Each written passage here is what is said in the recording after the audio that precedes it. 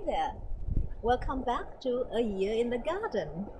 This is Jian from Spokane Public Library, and this is the series that I take you into my own garden to share with you the whole years of growing, to now the triumph and the trials and tribulations, in the hope that we can all learn something from mostly my mistakes. So it has been 5 weeks since our first garden tour. Our last one was on May 28th, and a garden is never the same. Let's see what 5 weeks did. So come on in, I'll show you around. If you have seen my May 28th video on the first garden tour, you will see that these both beds were filled with master green. And since then, all the master green have been harvested, and we have frozen almost 30 quarts of greens out of these two beds. This bed have been planted with beans, and they are coming up nicely after a tough beginning. This bed is left to cilantro, and look at the cilantro blooming. Cilantro blooms, flowers are beautiful, and they draw in a lot of beneficial insects and pollinators. So I always grow a crop to let it go to bloom. Now this is a master green that's left to seed. The purpose of this is twofold. One, I'm going to harvest the seeds when they're ready, and you can see the seed pods forming. The seed pods are forming from the top. Actually, the purpose of this is threefold. Second, the flowers are beautiful. I use them as flowers to beautify this whole space. It also draws in all the beneficial insects as well. But lastly, after the seeds are harvested, and I'm not going to be able to use them all, I'm going to leave some to burst later in the summer, early fall, so that next spring this will be self-seeded, this whole area, and I will be eating green before anybody even start to plant the garden next year. So self-seeding plants. So beets, when we last checked in, the beets were about this high. Since then, we have harvested loads after loads of green to freeze. Beets suffer from leaf miners severely, and we have lost certain amount of crop to this as well. But since the weather has been so cool, all the tops have been just so happy with the rain. And there it is. Look at this fly. It's probably thinking about laying eggs on the top of it, and the larvae burrows into between the leaves. And the larvae started eating and sucking all the nutrients out of the leaves, and that's what the damage does, the fly does. So very disturbing to me. Despite the prosperous looking top, it's not doing much at the bottom. The beets themselves are at most only about this big. See, there is no signs. Something is coming, but not as big as I have hoped. So maybe it just takes time. Maybe it's because of the rain that all the energy is devoted to the top. I don't know, but we just have to wait and see. Anyway, patience is a very hard virtue to come by in the garden, at least for me. 2 beds of peas. They are finally coming into their own, and we have been harvesting them. We have already frozen at least probably about 12 pounds of peas. This is snow peas. I would have thought they are done by now, but it has been a very cold year so far, so they're a little bit delayed themselves. But prosperous crop of peas. So snow peas and snap peas, sweet snap peas. Now I want to show you something. I have interplanted this with garlic chives. Garlic chives needs a lot of heat because these peas have been toppling over it. It's not thriving at all. I have hope by now this is done. But again, Mother Nature has its own timetable and you cannot argue with her because you cannot win. All you can do as a gardener is to work around it. Here is a delicata winter squash. And I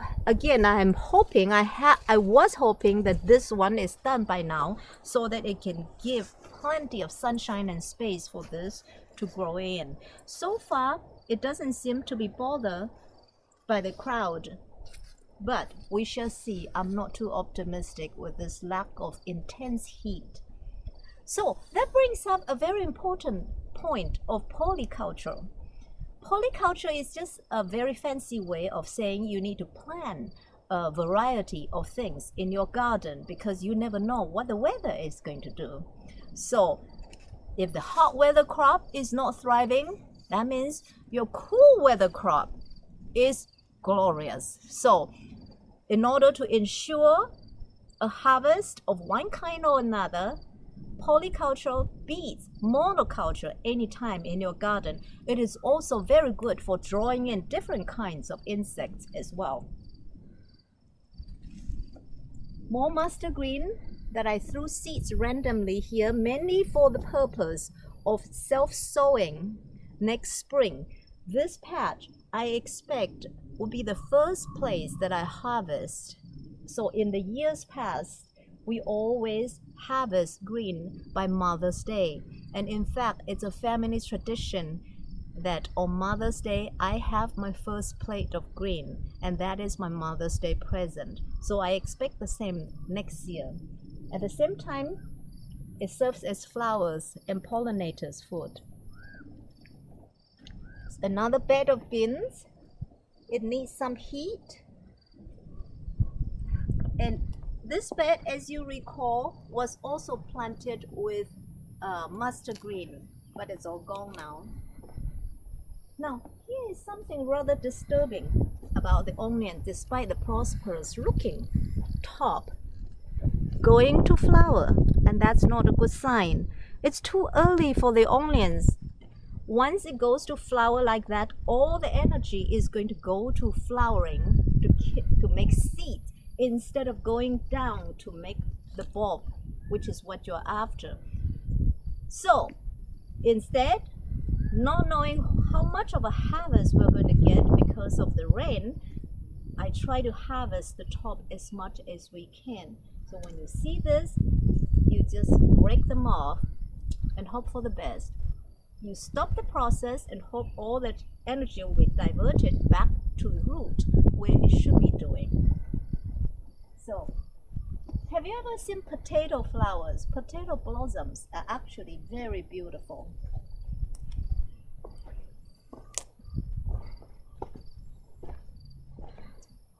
Potato blossoms. Can you guess what kind of potato this is from the color of the blossom? Red. Red potatoes.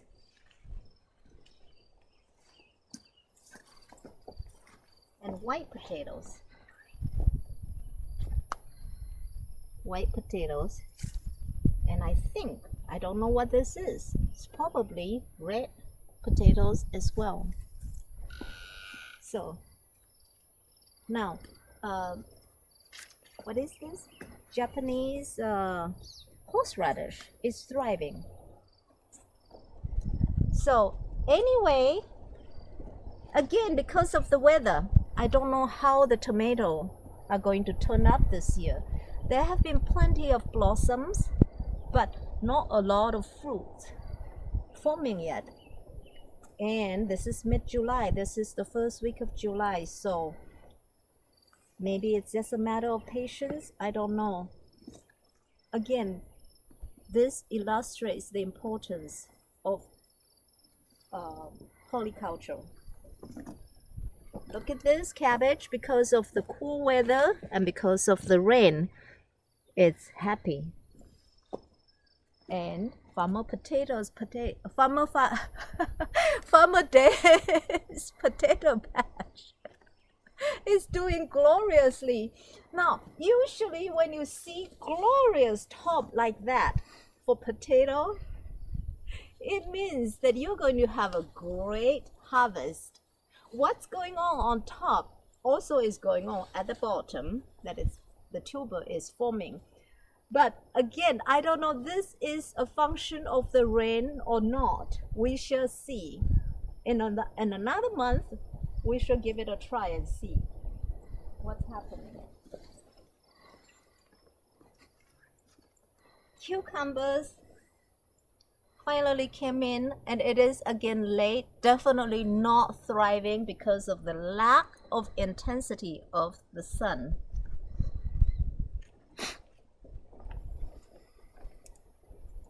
More cabbages doing great. More cabbages thriving. Now, this bed is really a triumph so far. It has survived a severe attack of cabbage maggot. Flies came here, lay their eggs, turns into maggot, larvae borrows from the top to the root and eats the roots right off. Because of that, we have lost about 2 cabbages and 3 cauliflowers. This patch of cauliflowers, I have never done this before. Therefore, it is a particular pride of mine. Now, you see, this is all wrapped up. And this is called blanching for cauliflower. A friend of mine, Mary Lee, came to visit and asked me, how do you take care of cauliflowers? And I said, I don't know, because I've never grown cauliflowers before. This is the first year. So I did a little bit of searching, and as it turned out, that when cauliflowers form the head, when it's about 3 inches in diameter, you are supposed to gather all the leaves around it and tie it so the sunlight, when it's very strong, does not hit on the cauliflowers itself and discolor it. And so that's what I did. And look at this. Doing well, but I don't know about this looseness. Let's try another one and see. Here's another one that is coming in. And I'm not going to tie this up. I'm going to leave it so that I can do an experiment to see if there is any difference in taste other than color. I kind of like this idea of wrapping it up, because every time I want to check on them how they're doing, open them up, and it's like a jackpot. Look at this. Look at the size of this. It's probably ready to harvest. So anyway, more potatoes, and right outside the fence line here is a huge crop of Jerusalem artichokes, still growing. And this is a gift from my friend Rima. She gave me about 8 tubers this big, and it grew into this whole big patch. So anyway, so far everything is looking good. We just have to see if the sun will come out strong enough for some of the hot crop to come in. So anyway, this is about it. Until next time, this is Jen for Spokane Public Library Urban Homestead Programming. And if you like this, please hit like and subscribe.